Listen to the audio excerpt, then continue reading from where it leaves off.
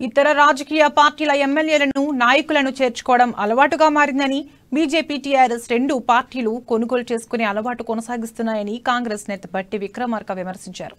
మహబూబ్ నగర్ జిల్లాలో ఆయన భారత్ జోడో యాత్రలో భాగంగా మీడియాతో మాట్లాడారు.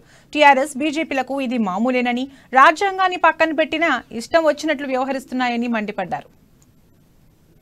లేదు వీళ్ళే ట్రాప్ చేశారు, వాళ్ళే సమాసించారు, వీళ్ళే పట్టుకున్నామని చెప్పే ప్రక్రియ జరుగుతుంది.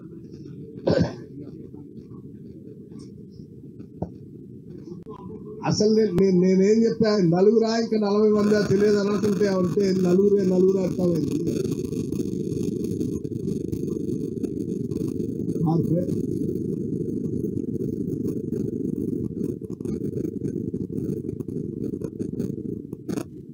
ఎవరు బ్లాక్ మెయిల్ చేస్తా ఉన్నారు? ఎందుకు బ్లాక్ మెయిల్ చేస్తా? బ్లాక్ మెయిల్ అంటే ఏంటి? What is blackmail? మీకు సంబంధించినటువంటి తప్పులు కానీ, మీ వ్యవహారం కానీ, ఈ రాష్ట్రంలో మీ గుట్టు వాళ్ళ చేతుల్లో ఉన్నప్పుడు అయ్యో మీ గుట్టు నా చేతిలో ఉందిరా, నేను బ్లాక్ మెయిల్ చేస్తున్నాను. ఇంకే సంబంధం లేదు కదా, వాళ్ళు బ్లాక్ మెయిల్ చేసింది.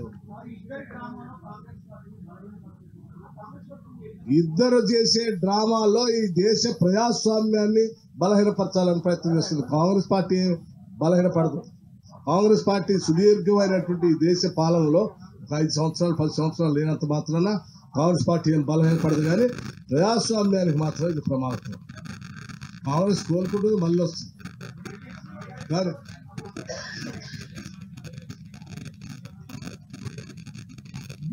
గతంలో ఇలా మారినటువంటి వాళ్ళందరి నియోజకవర్గాలకి ఊరూరు